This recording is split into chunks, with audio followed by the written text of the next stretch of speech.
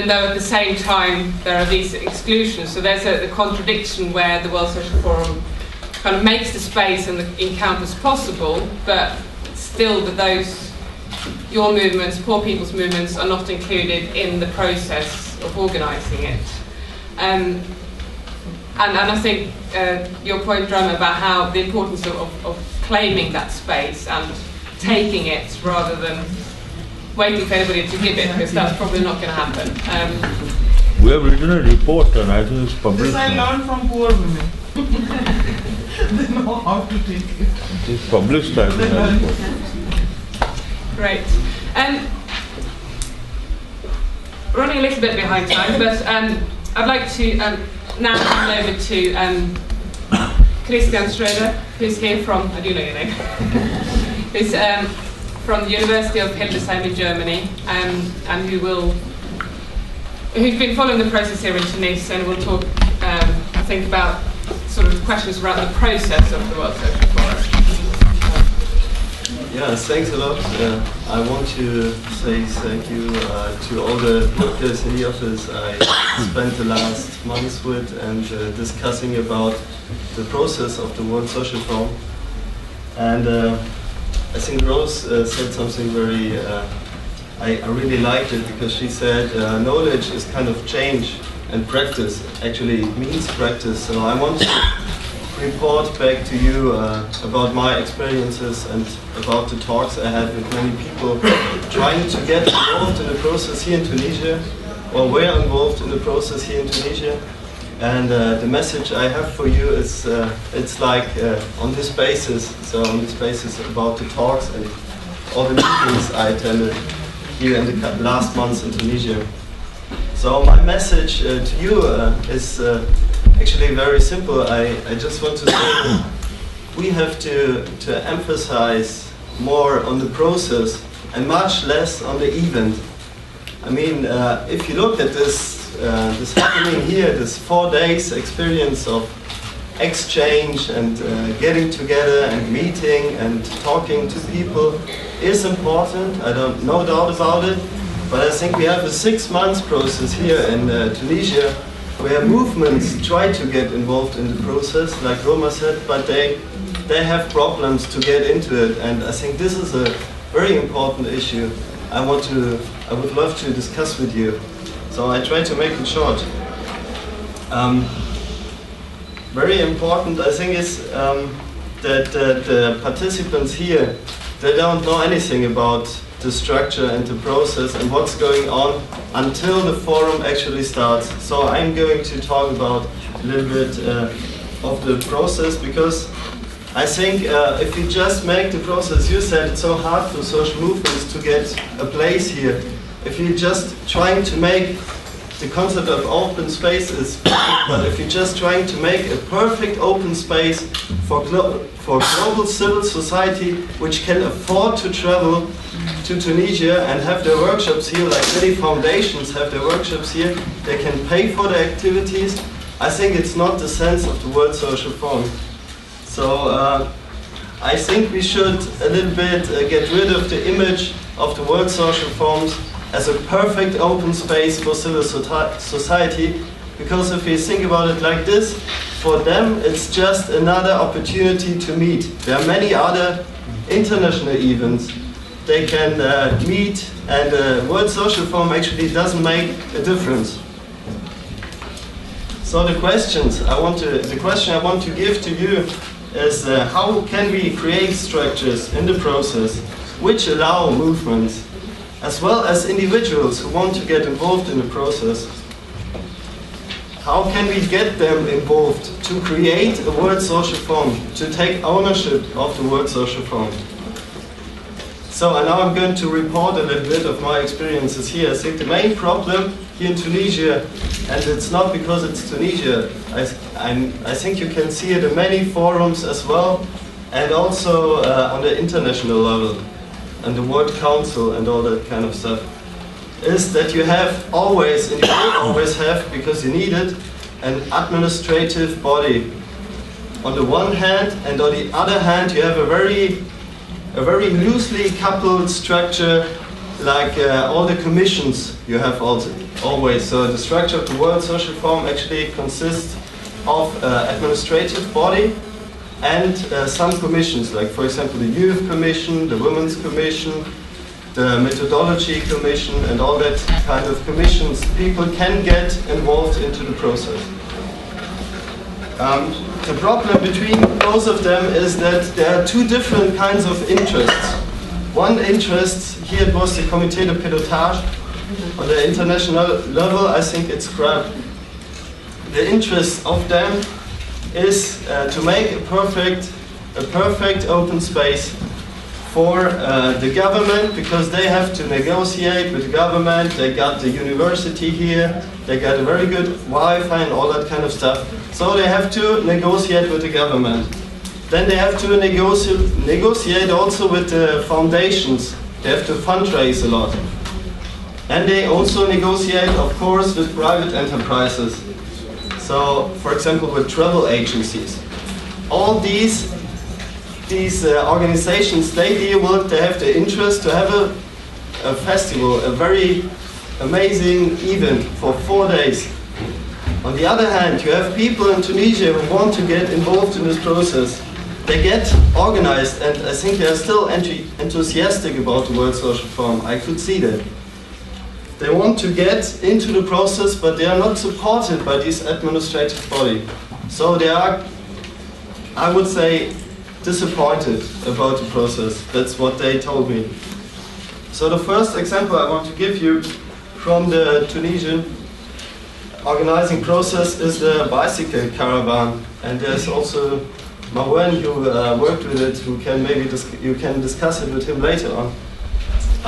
There was like it was an initiative from some people, some Tunisians, to go by bicycle to some places in Tunisia and to mobilize social associations to talk with people about the World Social Forum. The problem was that, as I understood it, was that the Comité de Pilotage, they wanted to have the UGTT to organize these events. And so at the end there was kind of a fight between organizing this initiative and the Comité de Pilotage, and at the end they didn't support it at all, and they also tried to block and to say that, well, they are not officially going there for the World Social Forum, not representing it and stuff like that. So they got a bit disappointed at this point, this initiative. I pick another example. I attended some meetings, assisted some meetings from the Methodology Commission, and there you can see also that people working, they have their tasks, they see the problems, they're working on the problems for 2 months, and then at the end there's a small group of 3 people meeting, deciding everything, and then their work is like worthless. So they get disappointed during the process. And I think the reason is because we want to have a perfect event, and we just focus on the event. If you talk to people, they just say, is it good organized? Can I get the room? This is like the issues people talking about. Nobody actually is interested in the 6 months process where people working here in Tunisia. So I want to give you an idea how I could imagine another process. Just 2 examples. One example is Nomad. Nomad are the people, they are not present here unfortunately now, but they are facilitating the communication. You have seen it maybe in other activities.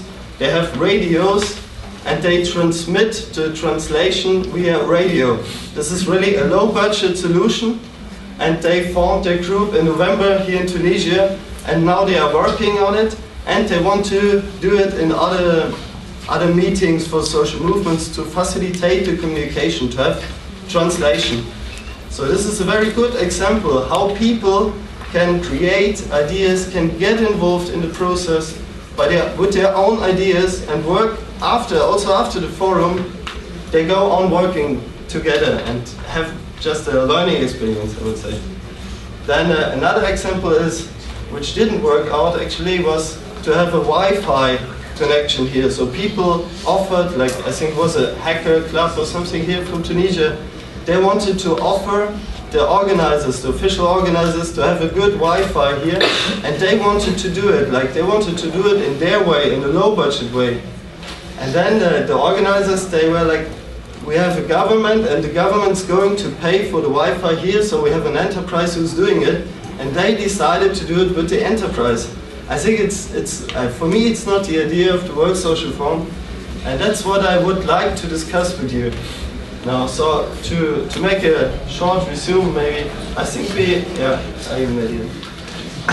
think we need to reflect about the structures of the process itself, paying less attention on the 4 days even, because if we really want to make a difference to other international meetings and to include the knowledges coming from the social movements, to take ownership of the World Social Forum, like their social forum, then we really need to change something in this structure and to have an administrative body who's trying to facilitate the work of the movement, but not administrative body who's just concerned about global foundations and the government and all these other institutions who just expect a perfect open space at the World Social Forum.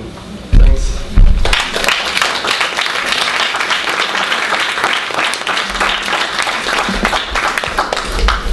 Thank you, Christian. I think a presentation that complements a lot of the other things that have already been said by emphasising the importance of paying attention to the process of the forum and focusing not, as you said, not so much on the event, but how do we manage to involve people in the process of organising it. And I'm aware that we're kind of running behind the time that we'd planned for. What I will suggest, perhaps, is that, first of all, is it possible to open any windows? Because I think we're all really hot. So if those of you who've got windows behind you can open those, that would probably facilitate our collective knowledge production.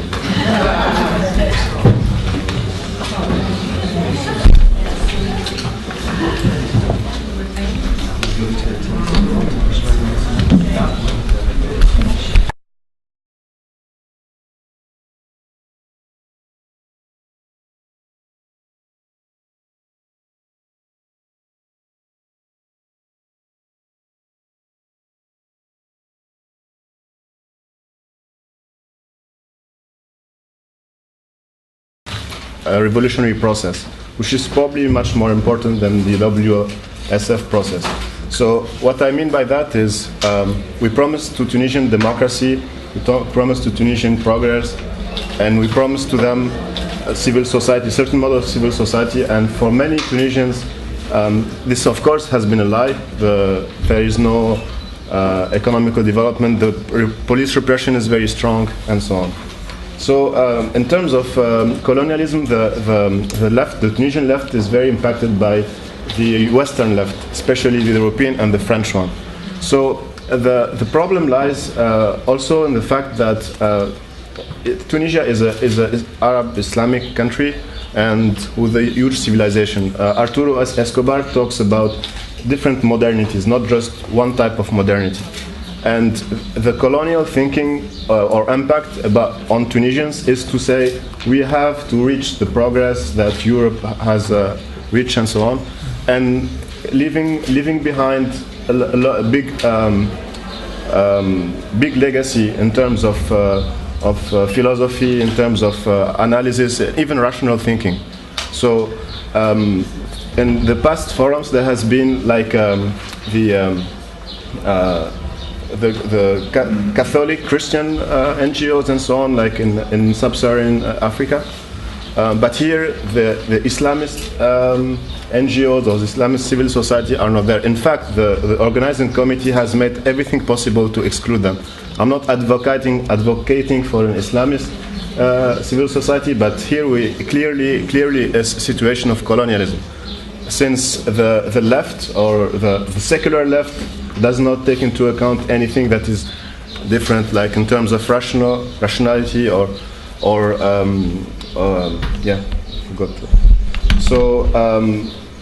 I also want to say that